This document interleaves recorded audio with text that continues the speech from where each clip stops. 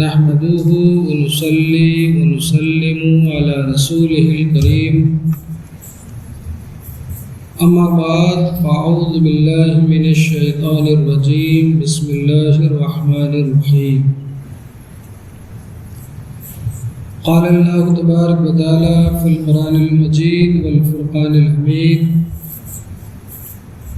والمطلقات يتربصن بأنفسهن ثلاثة قروء صدق الله مولانا العظيم وصدق رسوله النبي الأمين الكريم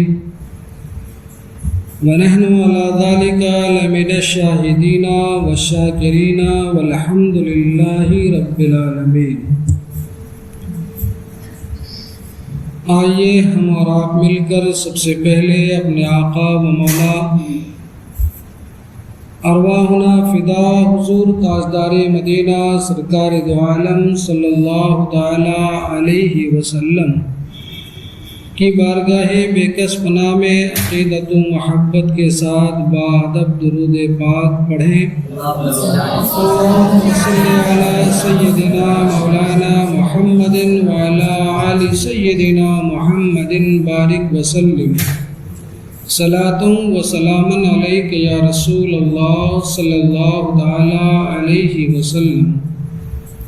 نبی اور آل نبی کی بارگاہ میں ایک دفعہ اور محبت سے پڑھیں، اللہم صلی علی سیدنا مولانا محمد بارک وسلم صلاۃ و سلام علیک یا رسول اللہ صلاۃ و سلام علیک یا حبیب اللہ صلی اللہ تعالی علیہ وسلم۔ بڑے غور سے آپ ان آیات کریمہ جو آج میں نے تلاوت کی اور اس کے بعد آنے والے ہفتوں میں تلاوت کرنے والے ہیں، اس میں ہماری زندگی کے بہت اہم مسئلے کا ذکر موجود ہے۔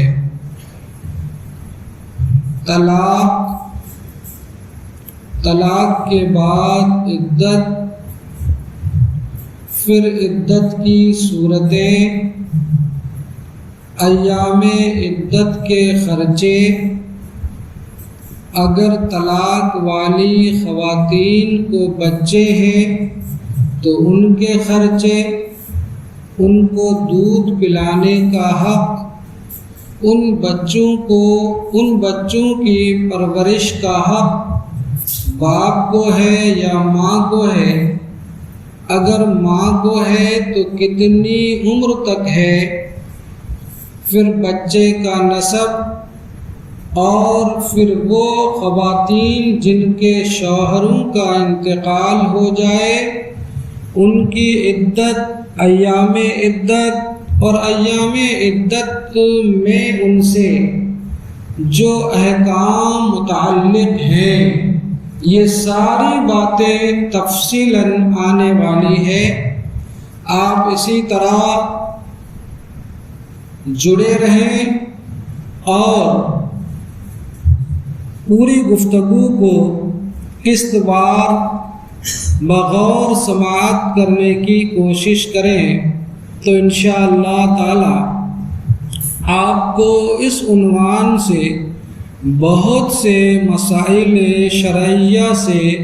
واقفیت حاصل ہو جائے گی انشاءاللہ تعالی۔ ایک بار درود پاک پڑھیں، اللہم صلی علی سیدنا مولانا محمد بارک وسلم صلاۃ و سلام علیک یا رسول اللہ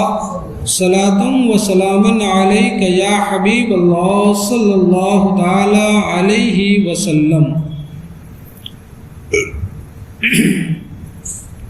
والمطلقات یتربصن بانفسہن ثلاثۃ قروء، اور طلاق والیاں اپنی جانوں کو روکے رہیں 3 حیض تک۔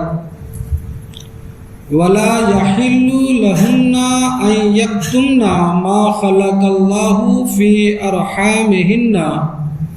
إن كنا يؤمن بالله واليوم الآخر، اور انہیں حلال نہیں کہ چھپائیں وہ جو اللہ نے ان کے پیٹ میں پیدا کیا، اگر اللہ اور قیامت پر ایمان رکھتی ہیں۔ وَبُعُولَتُهُنَّ أَحَقُّ بِرَدِّهِنَّ فِي ذَلِكَ إِنْ أَرَادُوا إِصْلَاحًا، اور ان کے شوہروں کو اس مدت کے اندر ان کے پھیر لینے کا حق پہنچتا ہے اگر ملاپ چاہیں، اور عورتوں کا بھی حق ایسا ہی ہے۔ وَلَهُنَّ مِثْلُ الَّذِي عَلَيْهِنَّ بِالْمَعْرُوفِ وَلِلرِّجَالِ عَلَيْهِنَّ دَرَجَةٌ وَاللَّهُ عَزِيزٌ حَكِيمٌ، اور عورتوں کا بھی حق ایسا ہی ہے جیسا ان پر ہے شرع کے موافق، اور مردوں کو ان پر فضیلت ہے، اور اللہ غالب حکمت والا ہے۔ اس آیت کریمہ کی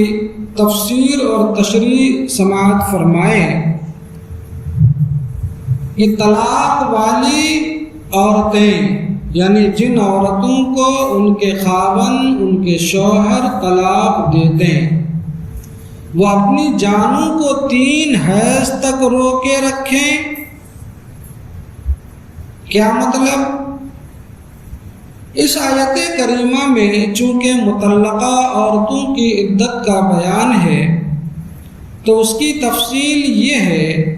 کہ جن عورتوں کو ان کے شوہروں نے طلاق دی ہو، اگر وہ شوہر کے پاس نہ گئی تھی، اس کی صورت آپ سمجھیں۔ کسی عورت کو ان کے شوہر نے طلاق دے دیا تو اس عورت کی کئی صورتیں بنتی ہیں۔ ایک صورت یہ ہے کہ جس عورت کو ان کے شوہر نے طلاق دیا، ابھی نکاح کے بعد وہ عورت اپنے شوہر کے پاس نہیں گئی ہے، یعنی شوہر سے وطی نہیں ہوئی ہے، اور نہ ہی خلوت صحیحہ ہوئی ہے۔ خلوت صحیحہ کس کو کہتے ہیں؟ اصطلاحی شرع میں خلوت صحیحہ کہتے ہیں کہ شوہر اور بیوی کسی ایک مکان میں، ایک تنہا جگہ میں، کسی جگہ تنہائی میں اکٹھا نہ ہوں جہاں وطی سے کوئی چیز مانے نہ ہو، یعنی شوہر اور بیوی ایک ایسی جگہ جمع نہیں ہوئی کہ اگر وہ جگہ جمع ہوتی تو ان دونوں کے اندر وطی اور جمع ہونے سے کوئی شے مانے نہیں تھی، نہیں ہوتی، اس کو خلوت صحیحہ کہتے ہیں۔ اگر مرد و عورت ایسا تنہا ہو گئے تو خلوت صحیحہ ہو گیا۔ لہذا ایسی عورت جو شوہر کے پاس گئی یا شوہر کے ساتھ تنہا ہوئی، اگر ہوئی تو اس کی الگ صورت ہے، اور اگر تنہا نہیں ہوئی، یعنی شوہر نے وطی بھی نہیں کیا اور دونوں تنہا بھی نہیں ہوئے اور شوہر نے طلاق دے دیا، تب تو اس کی کوئی عدت نہیں، اس کی کوئی عدت نہیں۔ شوہر نے نہ تو بیوی سے جمع کیا اور نہ ہی وہ دونوں کسی جگہ، کسی ایسی جگہ تنہا جمع ہوئے جہاں وطی سے کوئی چیز مانے نہیں، تو ایسی صورت میں طلاق ہونے سے طلاق کی عدت ہی نہیں ہوتی۔ فرماتے ہیں کہ جن عورتوں کو ان کے شوہروں نے طلاق دی ہو، اگر وہ شوہر کے پاس نہ گئی تھی اور ان سے خلوت صحیحہ بھی نہیں ہوئی تھی، جب تو ان پر طلاق کی عدت ہی نہیں ہے۔ اس کا ذکر سورہ احزاب کی آیت نمبر 49 میں موجود ہے۔ دوسری صورت یہ ہے کہ شوہر نے بیوی کو طلاق دیا، لیکن شوہر اور بیوی کے درمیان وطی ہوئی یا خلوت صحیحہ ہوئی۔ اب اس کی عدت کی صورت یہ ہے کہ اگر اس عورت کو کم سنی یعنی کم عمری کی بنیاد پر حیض کا خون نہیں آتا ہے، یا بڑھاپے کی وجہ سے حیض کا خون نہیں آتا ہے کہ اتنی بوڑھی ہو گئی ہے کہ اب حیض کا خون اسے نہیں آتا ہے، تو ان کی عدت طلاق کے بعد 3 مہینے ہے۔ کم عمری کی وجہ سے حیض کا خون نہیں آتا یا بڑھاپے کی وجہ سے حیض کا خون نہیں آتا، اور ایسی عورت کو شوہر نے طلاق دے دی تو اس کی عدت کتنی ہے؟ 3 مہینے۔ اور اگر وہ عورت حاملہ ہے، عورت کو شوہر نے طلاق دیا اور وہ عورت حاملہ ہے یعنی پیٹ میں بچہ ہے، تو اس کی عدت وضع حمل ہے۔ وضع حمل کا مطلب بچے کی ولادت۔ طلاق کے بعد جس دن بچے کی ولادت ہو جائے گی، بچے کا جنم ہو جائے گا، اس دن اس عورت کی عدت پوری ہو گئی۔ اگرچہ طلاق کے 1 دن بعد ہی بچے کی ولادت ہو جائے اور بچے کا جنم ہو جائے تو اس عورت کی عدت پوری ہو گئی۔ فرماتے ہیں جن عورتوں کو کم سنی یا بڑھاپے کی وجہ سے حیض نہیں آتا ہو، ان کی عدت 3 مہینے ہے جیسا کہ بیان کیا، اور جو حاملہ ہوں ان کی عدت بچہ جننا ہے یعنی بچے کی ولادت ہے۔ جس دن بچہ پیدا ہوا اس دن اس کی عدت پوری ہو گئی۔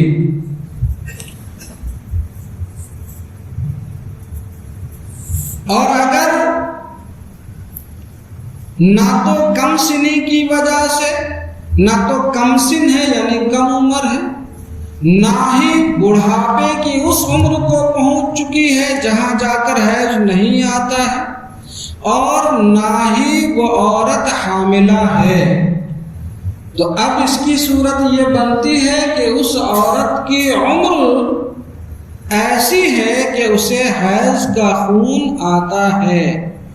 اور شوہر نے اسے طلاق دے دیا، تو ایسی عورت کی عدت 3 حیض ہے۔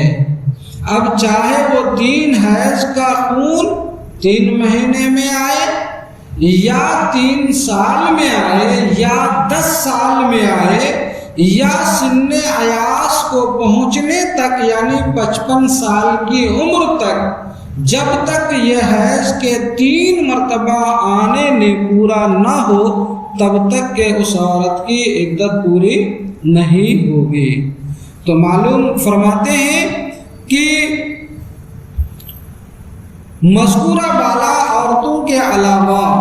باقی جو آزاد عورتیں ہیں، یہاں ان کی عدت اور طلاق کا بیان ہے کہ ان کی عدت 3 حیض ہے۔ اس کے آگے فرماتے وَلَا يَحِلُّ لَهُنَّ، اور انہیں حلال نہیں، کن کو؟ عورتوں کو۔ جس چیز کا چھپانا حلال نہیں ہے عورتوں پر طلاق کے بعد، وہ چیز کیا ہے؟ وہ ہے حمل اور حیض کا خون۔ کیوں؟ اس لیے کہ ان کا چھپانا اس لیے حرام ہے کہ ان کے چھپانے سے رجوع کرنے اور اولاد کے بارے میں جو شوہر کا حق ہے وہ ضائع ہوگا، ضائع ہو جائے گا۔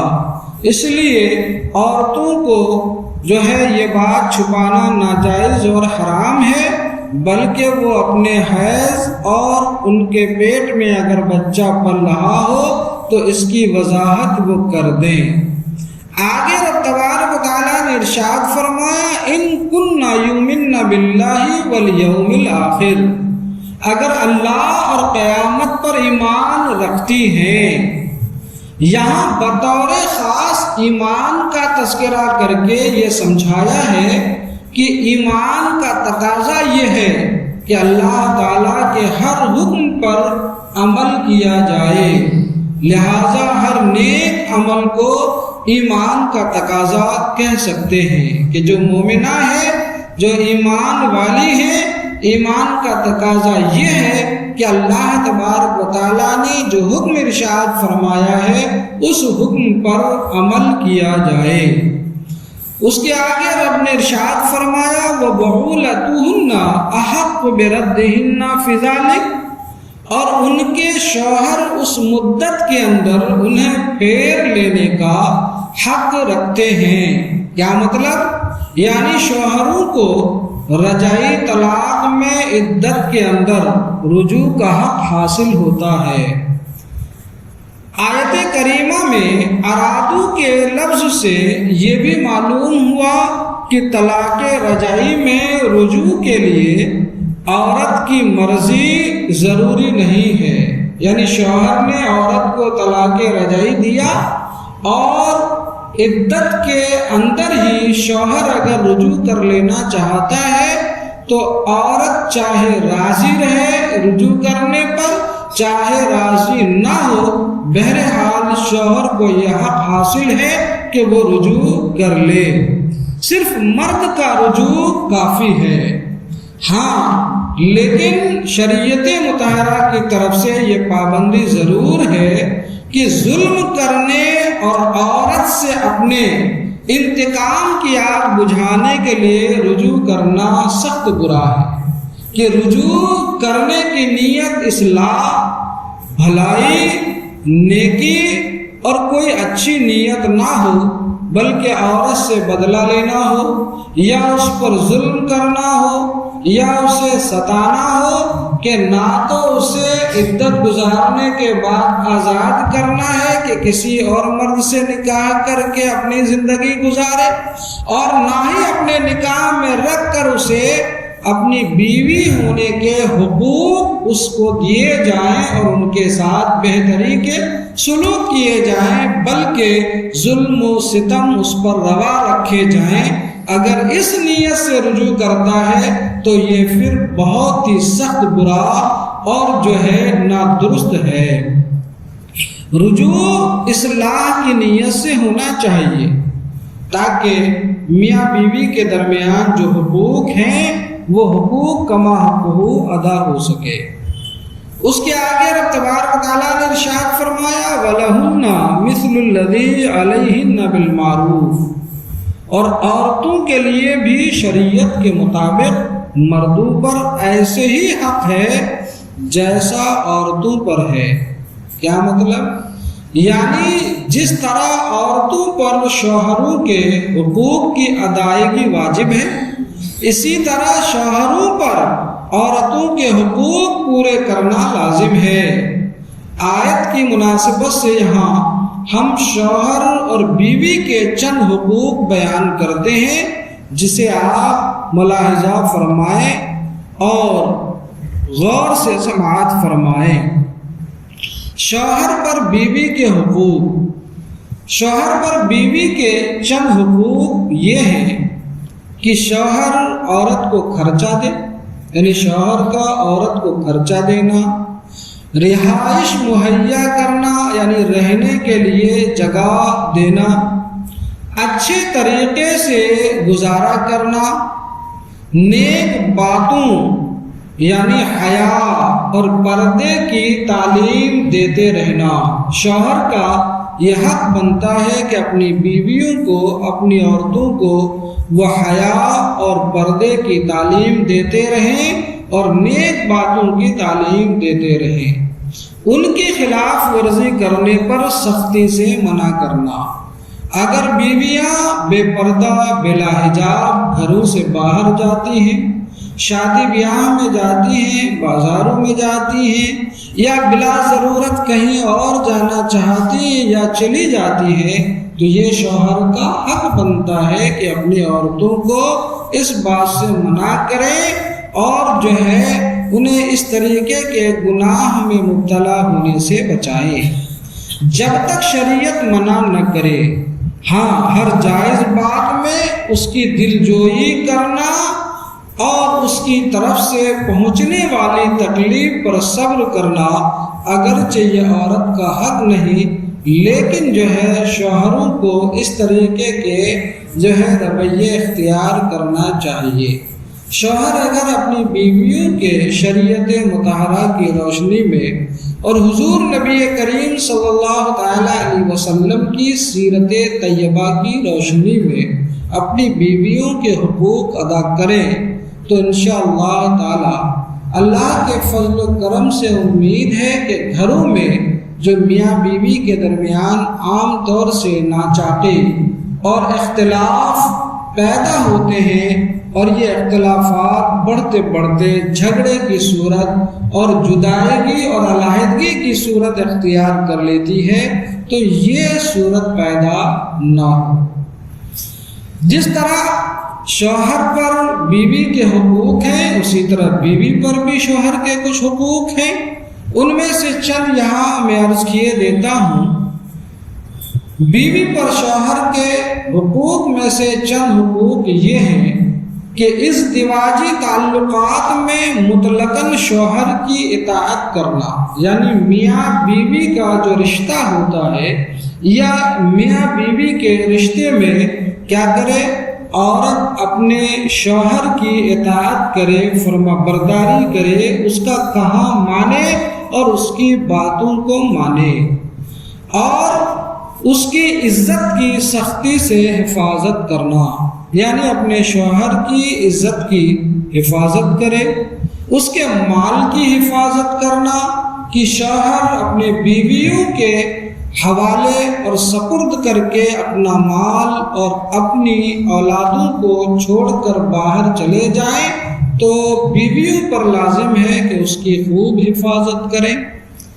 ہر بات میں اس کی خیر خواہی کرنا، یعنی عورت ہر بات میں اپنے شوہر کے لیے بھلائی چاہے، ہر وقت جائز امور میں اس کی خوشی چاہنا، اسے اپنا سردار جاننا۔ عورت کے اوپر لازم ہے کہ اپنے شوہر کو اپنا سردار تسلیم کرے، شوہر کو نام لے کر نہ پکارنا۔ یہ بھی بے ادبی میں سے آتا ہے، لیکن آج کل یہ عام طور سے فیشن اور عام بات بن گئی ہے کہ عورتیں اپنے شوہروں کو اپنے شوہروں کا نام لے کر پکارتی ہیں۔ یہ آداب کے خلاف اور شوہر کے حق کے خلاف ہے۔ کسی سے اس کی بلا وجہ شکایت نہ کرنا، یعنی اپنے شوہر کی شکایت اور کسی دوسرے سے نہ لگانا، نہ تو مائکے والے سے، اپنی ماں سے، بہن سے، بھائی سے، اپنے گھر والوں سے، یا اپنے ہی آس پڑوس میں رہنے والوں میں سے کسی کے ساتھ کسی خواتین کی جھرمٹ میں بیٹھ گئی تو لگے جو ہے اپنے شوہر کی شکوہ اور شکایت کی پوٹلیاں لے کر کھول لینا اور طرح طرح کی ان کی شکایتیں کرنا، ایسا نہ کرے۔ اور خدا توفیق دے تو وجہ ہونے کے باوجود بھی شکایت نہ کرنا۔ ہر آدمی کے اندر کچھ کمی بیشی ہوتی ہے، اگر مرد کے اندر، شوہر کے اندر بھی کچھ کمی ہو تو عورتوں کو چاہیے کہ اپنے شوہروں کے ان کمیوں پر پردہ ڈالے اور کسی اور کے سامنے اسے حیا نہ کرے، کسی اور کے سامنے بیان نہ کرے، کسی اور کے سامنے اس پورے چٹے کو کھولنے کی کوشش نہ کرے۔ شوہر کی اجازت کے بغیر 8ویں دن سے پہلے والدین یا 1 سال سے پہلے دیگر محارم کے یہاں نہ جانا۔ کیا مطلب؟ یعنی 8 دن میں 1 دفعہ عورت اگر ان کے ماں باپ حیات سے ہیں تو اس سے ملنے جا سکتی ہے۔ یہ شوہروں کو بھی حکم ہے کہ 8 دن میں اگر دونوں ہم موافق اور ہم خیال ہو کر چاہیں تو اپنی بیویوں کو ان کے ماں باپ سے 8 دن میں ایک دن ملاقات کروا دیں، ملوا دیں۔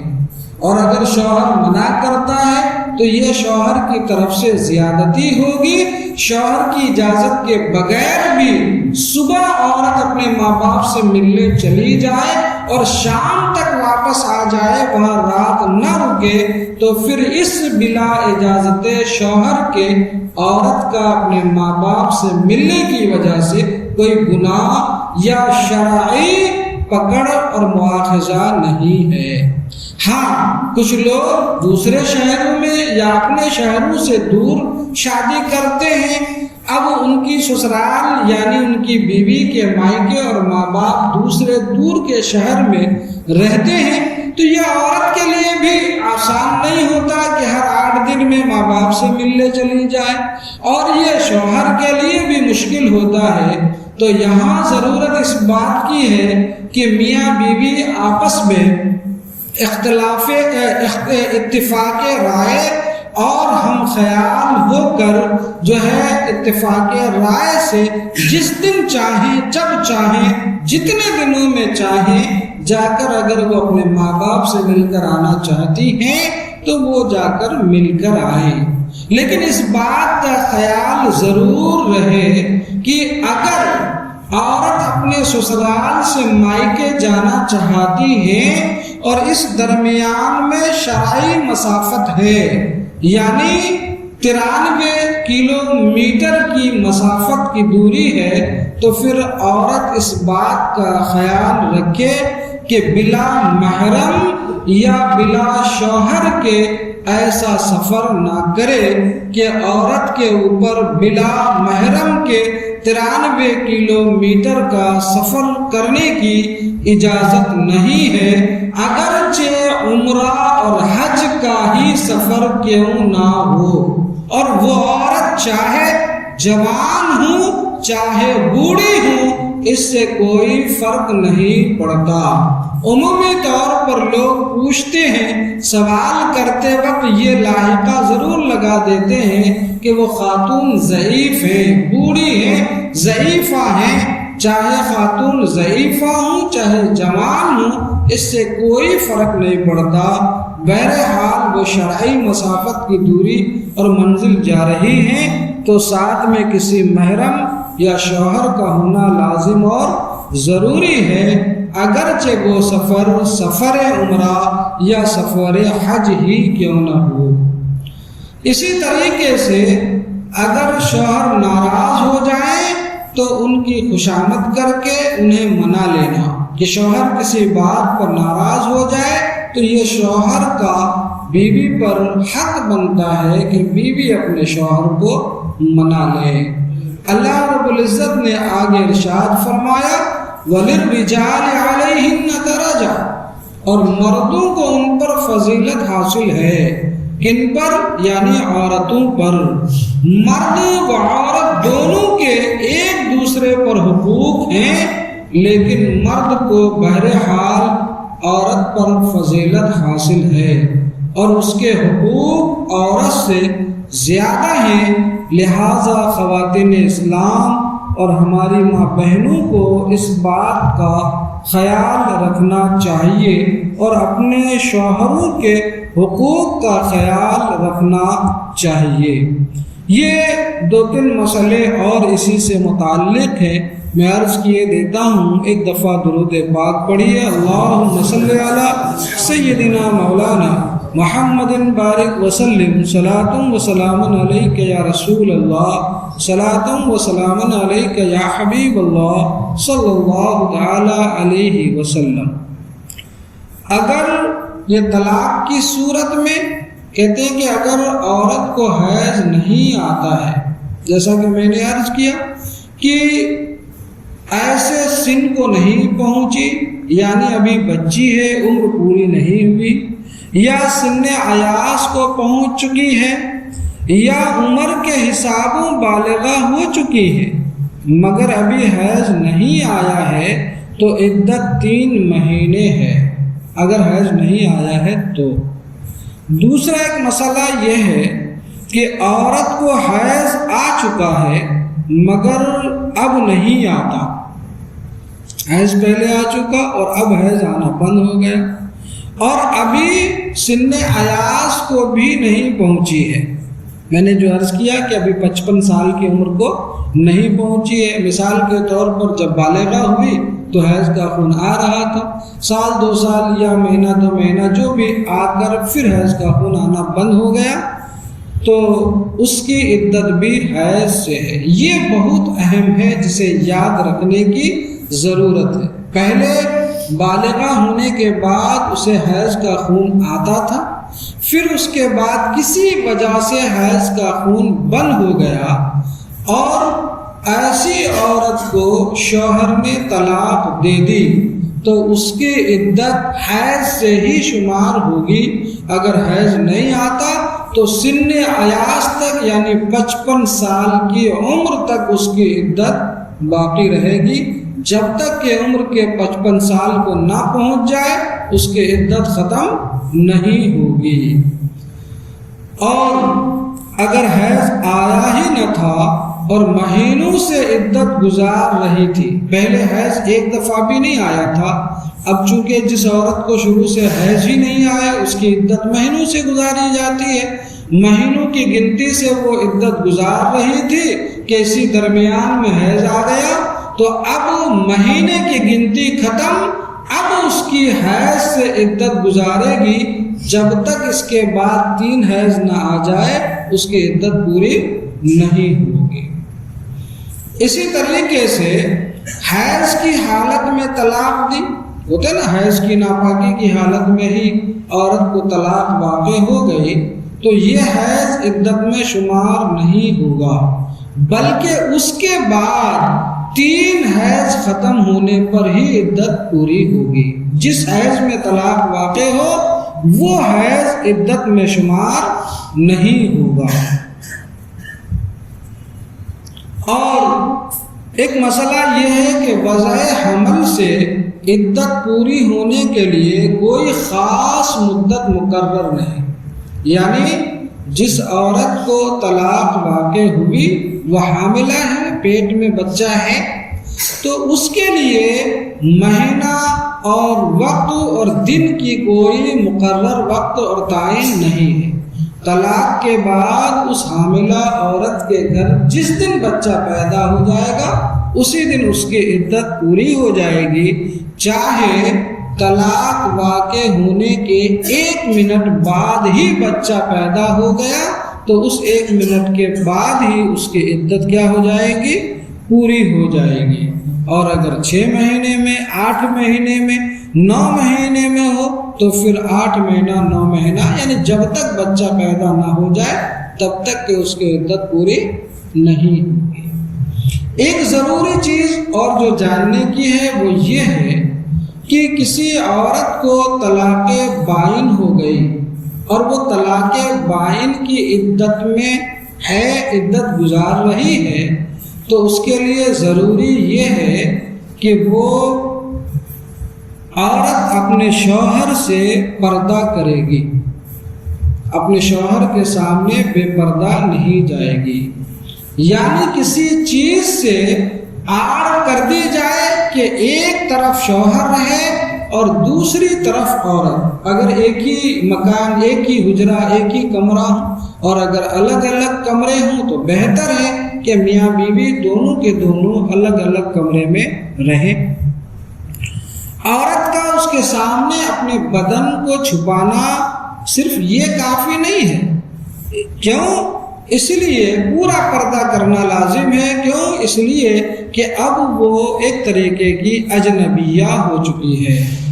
اور اجنبیہ سے خلوت یعنی تنہا ہونا چونکہ جائز نہیں ہے